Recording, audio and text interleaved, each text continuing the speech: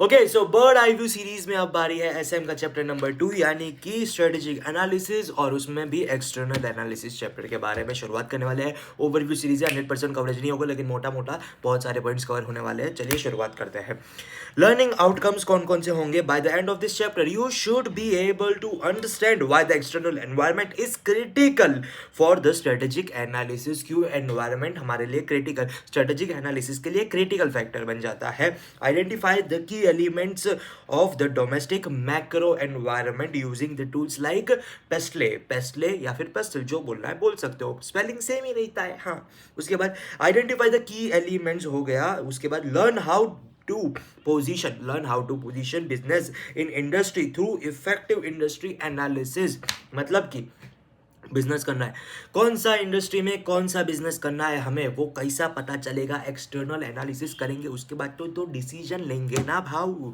हाँ, use Porter's 5 forces model to evaluate the industry competition. कोई भी इंडस्ट्री में एंटर होने से पहले इंडस्ट्री को चेक करना पड़ता है। कैसे चेक करके? ऐसा हाई फाई देगा, हाई फाइव पोर्टर्स 5 फोर्सेस, ठीक है। उसके बाद कोट की बारी है, कोट नहीं कोट, ठीक है। Environmental analysis is the process by which strategists monitor settings to determine opportunities and threats to their firms. Environmental analysis is the process by which strategists monitor settings to determine opportunities and threats to their firms। ठीक है। Introduction to the business environment। Business constantly interacts with external factors। कौन कौन से external factors के साथ हम business interact करते हैं? कौन कौन से? Government policies, market trends and societal shifts. Government policies, market trends, societal shifts. ठीक है, ये बार बार रिपीट कर रहा हूं ताकि कीवर्ड्स दिमाग में जाए। Definition of business environment. Business environment की डेफिनेशन क्या क्या है? All external factors influencing business operations from competitors to cultural shifts. Competitor से लेके कल्चरल शिफ्ट तक जो चीज़ें, जो एनवायरनमेंट हमारे बिजनेस को अफेक्ट करती है वो क्या होता है? बिजनेस एनवायरनमेंट हो जाता है। Why understanding environment matters. Business can recognize opportunities and threats। Business can recognize opportunities and threats। External analysis करेंगे तभी तो पता चलेगा ना कि क्या क्या अपॉर्चुनिटीज है और क्या क्या थ्रेट्स है। उसके बाद helps in aligning strategies with external trends. Helps in aligning strategies with external trends, ensuring long term success। External trend को हम अपने पॉलिसीज से और अपनी स्ट्रेटजीज से अलाइन कर देंगे और क्या करेंगे? चले चलो लॉन्ग टर्म चले चलो, ठीक है, लॉन्ग टर्म सक्सेस के रास्ते पर। Think of the business environment as the atmosphere around the organization layered with influences like politics, environment, technology, and many more। अब strategies analysis, what is strategic analysis? The structured process to assess internal and external factors। एक structured process है जिससे हम क्या करते हैं? assessment करते हैं। कौन से factors का? internal और external factors का।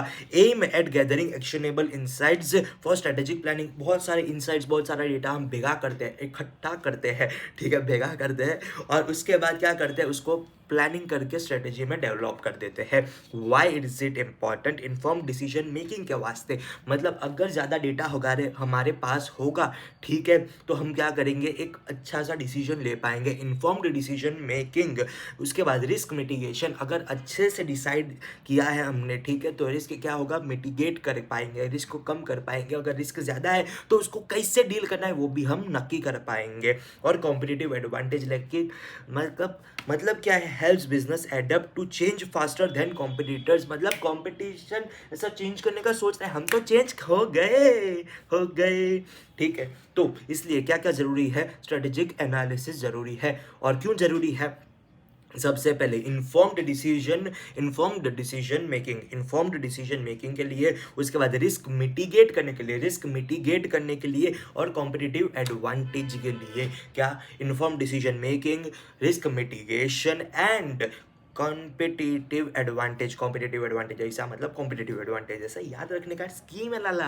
हाँ, की कॉम्पिटेंट्स कौन कौन से है? External analysis, internal analysis and strategic fit. External analysis में क्या कहता है? Identifies opportunities and threats in the environment. Strategic internal analysis examines the company's resources, strengths and weaknesses. कौन कौन से रिसोर्सेज है, क्या क्या स्ट्रेंथ है और क्या क्या वीकनेसेस है।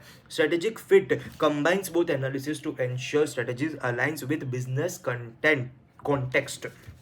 लिमिटेशन क्या क्या है? Complexity offers many options but does not indicate which is the best. मतलब तू मेरे को इतना ऑप्शन काय को देता है, ये मेनू की तरह इतना ऑप्शन दे दिया, लेकिन क्या करूँ, क्या सिलेक्ट करूँ, वो तो बता।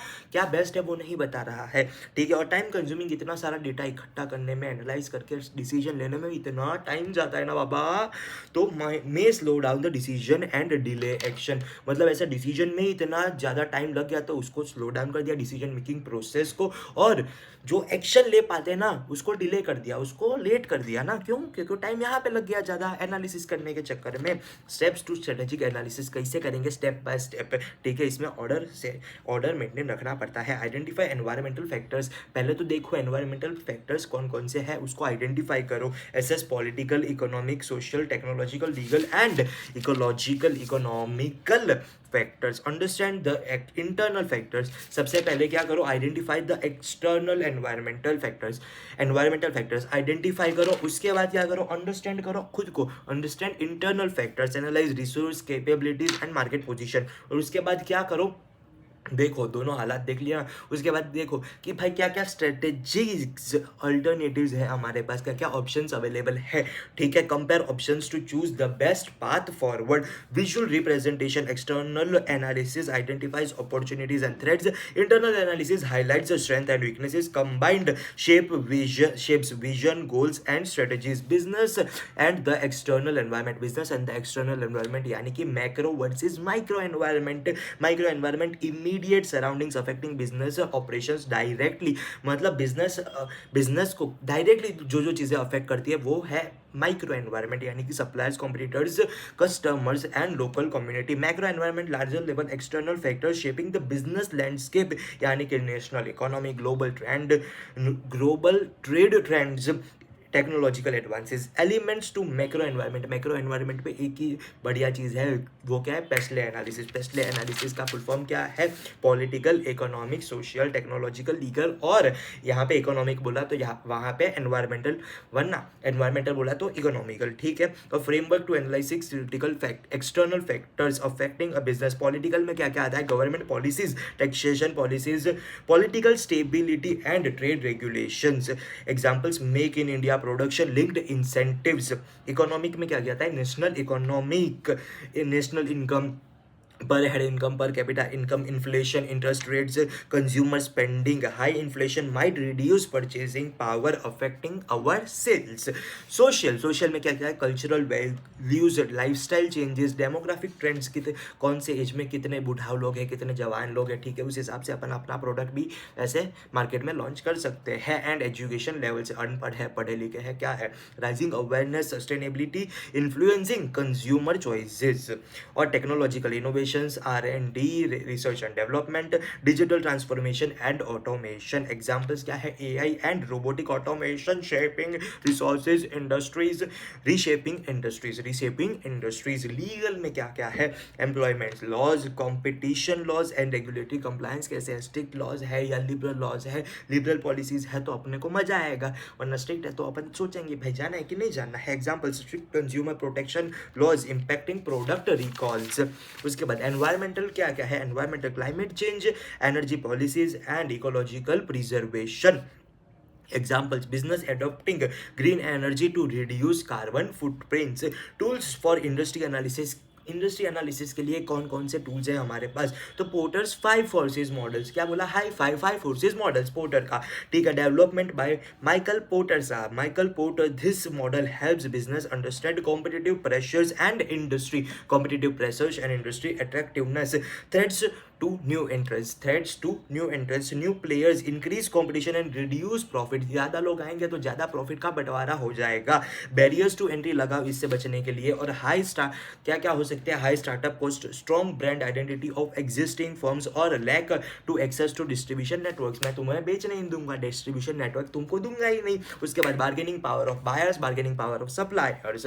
बार्गेनिंग पावर ऑफ बायर्स में क्या क्या है? Buyers can demand better pricing for quality, better pricing for quality. High buyer power, high buyer power, high buying power, ठीक है। When buyers are few but purchase in large volumes, जब कुछ चुनिंदा buyers बहुत सारा परचेज करते हैं तब वो ऐसा टर्न ही दिखा सकते हैं, ठीक है। पर बार्गेनिंग पावर दिखा सकते हैं बायर्स लोग। उनको पता है कि भाई इसका सब्सटीट्यूट कितना है, इसका ओरिजिनल सोर्स क्या है और कितने में पड़ता है वगैरह वगैरह, ठीक है। और इतना ज़्यादा इंपॉर्टेंट भी नहीं है उनके प्रोडक्ट के लिए। तुम्हारा जो प्रोडक्ट है ना वो एकदम ऐसा चिंदी सा चीज़ है, अगर नहीं करेंगे ना तो भी चलेगा, सब्सटीट्यूट पे भी शिफ्ट हो सकते हैं। तो इसकी वजह से क्या आता है? बार्गेनिंग पावर ऑफ बायर आ जाता है। Bargaining power of supplier, suppliers can influence prices if they dominate the supply chain. मतलब मैं अकेला ही सप्लायर हूँ इस चीज़ का और ये क्रिटिकल चीज़ है और मेरे अलावा कोई सप्लायर है नहीं, लेकिन मेरे पास बहुत सारे बायर्स है, तो मैं क्या करूँगा? नहीं करूंगा। इसके लिए क्या बोलते हैं? Bargaining power of supplier. Examples, limited suppliers of rare metals for electronics. Threats to substitute, यानी कि अगर मैं नहीं तो कोई और सही, तू नहीं तो कोई और सही, तू नहीं तो कोई और सही, कोई और नहीं कोई और सही, ठीक है। Alternative products can Erode market share. Examples, streaming platforms replacing traditional cable TV, यानी कि हमारा चैनल निकाल दो भाई, इससे अच्छा नेटफ्लिक्स देखेंगे साथ में बैठ के, ठीक है ना भाई। इंडस्ट्री राइवलरी, ऑलरेडी जितने लोग हैं ना वो झगड़ कर रहे हैं, ऑलरेडी कट थ्रोट कंपटीशन है इंडस्ट्री में, राइवलरी स्ट्रांग है, तो भाई एंटर ही कहीं को नहीं, मत हो। High competition reduces profitability. Factors influencing rivalry, कौन से? Number of competitors, market share, market growth rate, product differentiation नहीं पॉसिबल है, और हाई फिक्स कॉस्ट हो तो भाई रिकवर करने के लिए वो कुछ भी करेंगे, तुम मत आना वरना तुमको तो निकाल देंगे, ठीक है, ठोक देंगे तुम लोगों को। उसके बाद क्या क्या है? 5 फोर्सेस कौन से? सबसे पहले threat to new entrance, bargaining power of supply, bargaining power of supplier के बाद बार्गेनिंग पावर ऑफ बायर्स, उसके बाद क्या क्या है? थ्रेट ऑफ सब्सिट्यूट प्रोडक्ट्स, और उसके बाद क्या क्या है? एक तो इंडस्ट्री राइवलरी। ये पॉइंट ज्यादातर याद रखने की जरूरत है। Tools to strategic advantages, tools to strategic advantage कैसे ले सकते हैं? प्रोडक्ट लाइफ साइकिल एक पॉइंट है उसका, ठीक है। Describes the stages product goes through in its market journey, मतलब कोई भी अगर नया प्रोडक्ट मार्केट में आता है तो वो ये 4 स्टेज से जाएगा ही जाएगा, उसको क्या बोलते हैं? Product life cycle. सबसे पहले तो क्या वो इंट्रोडक्शन होगा, फिर उसका ग्रोथ होगा, फिर वो स्टेबलाइज हो जाएगा और उसको फिर निकाल देना पड़ेगा, मतलब डिक्लाइन हो जाएगा उसका, ठीक है। Introduction, slow sales growth, high promotion cost, और यहाँ पे तुम्हारा कॉस्ट बहुत ज़्यादा होता है, तुम्हारा सब्स्टिट्यूट बहुत कम होता है, तुम्हारा कंपटीशन नेग्लिजिबल होती है, और प्रोडक्ट अवेयरनेस जो होती है वो इतनी ज़्यादा नहीं होती है इंट्रोडक्टरी स्टेज पे। फिर ग्रोथ में क्या होता है? Rapid market acceptance, falling cost, मतलब तुम्हारी प्रोडक्ट की जो प्राइस होती है वो एकदम घटने लगती है, कम होने लगती है। क्यों? क्योंकि डिमांड बढ़ गई, तुम बड़े पैमाने पे सप्लाई कर रहे हो, ठीक है, बड़े पैमाने में तुम प्रोडक्शन कर रहे हो, तो तुम्हारा पर यूनिट कॉस्ट कम होने लगता है, ठीक है, इसलिए तुम्हारा प्रॉफिट मार्जिन भी बढ़ने लगता है और तुम्हारी राइवलरी भी स्ट्रांग हो जाती है, कंपटीशन इंक्रीज हो जाता है ग्रोथ स्टेज में। उसके बाद क्या आता है? मैच्योरिटी आ जाती है, saturated market share, intense competition हो जाता है। उसके बाद क्या आता है? डिक्लाइन होने लगता है, सेल्स ड्रॉप, कंसीडर डाइवर्सिफिकेशन और एग्जिट स्ट्रेटजीज। ये हमें नक्की करना पड़ता है कि यार या तो ना टर्न अराउंड, डाइवर्सिफिकेशन वगैरह कुछ लगाओ, या फिर ना मार्केट से निकल दो, एग्जिट स्ट्रेटजीज नक्की कर दो। उसके बाद क्या क्या है? Value chain analysis, framework to analyse activities that add value to a product और सर्विसेज, प्राइमरी एक्टिविटीज और सपोर्टिंग एक्टिविटीज, ये बहुत ज़्यादा इंपॉर्टेंट है। प्राइमरी एक्टिविटीज में क्या क्या होता है? प्राइमरी एक्टिविटीज में ना inbound logistic, production, outbound logistic, marketing and sales and services, ठीक है, ये बहुत ज़्यादा इंपॉर्टेंट है। इसका डायग्राम भी मॉड्यूल में दिया हुआ है, वो ज़्यादा एक बार पढ़ लेना, ठीक है। और एक्सपीरियंस कब होगा? तो क्या होगा? हमारा पर यूनिट कॉस्ट जो है वो कम होने लगेगा। Suggest cost decline as business gains the experience, यानी कि मेरा एक्सपीरियंस है भाई, इस चीज़ को मैं पिछले कितने सालों से प्रोड्यूस करता आ रहा हूँ, तो भाई मेरा इस पे कमांड बहुत ज़्यादा है, इसलिए मैं कम से कम कॉस्ट में ये चीज़ प्रोड्यूस कर पा रहा हूँ। और की टेक अवेज क्या क्या है? Firms with higher cumulative production, firms with higher cumulative production have a cost advantage, यानी कि अगर तुम्हारा क्यूमुलेटिव प्रोडक्शन बहुत ज़्यादा है तो तुम्हारी कॉस्ट पर यूनिट कॉस्ट कम होने लगती है, ऐसा कर्व होता है उसका, ठीक है। अब क्या है कॉम्पिटिटिव स्ट्रेटेजी भी कौन कौन सी है? Business compete for customers and resources with in their industry, industry में भी झगड़ेंगे ना कि ये कॉम्पिटिटर में, अरे ये कस्टमर मेरा है, कस्टमर मेरा है, ठीक है। स्ट्रेटेजीज शुड फोकस ऑन, किस चीज़ पे हम फोकस कर सकते हैं? कॉस्ट लीडरशिप पे फोकस कर सकते हैं, या फिर डिफरेंशिएशन पे भी फोकस कर सकते हैं। Offering lower prices by minimising cost, का कॉस्ट कम करके तुम अपना अच्छे प्राइस पे, लोअर प्राइस पे तुम अपना प्रोडक्ट या सर्विस बेच दो। या फिर differentiation, providing unique values through superior quality and innovation, कुछ ऐसा नया अतरंगी बेच लो तो डिफरेंशिएशन स्ट्रेटेजी लग जाएगी, ठीक है। ये इस वीडियो में इतना ही, चैप्टर 2 यहाँ पे होता है समाप्त। मिलते हैं अगले वीडियो में, तब तक के लिए bye bye, take care, thank you so much. जय श्री राम, हर हर महादेव।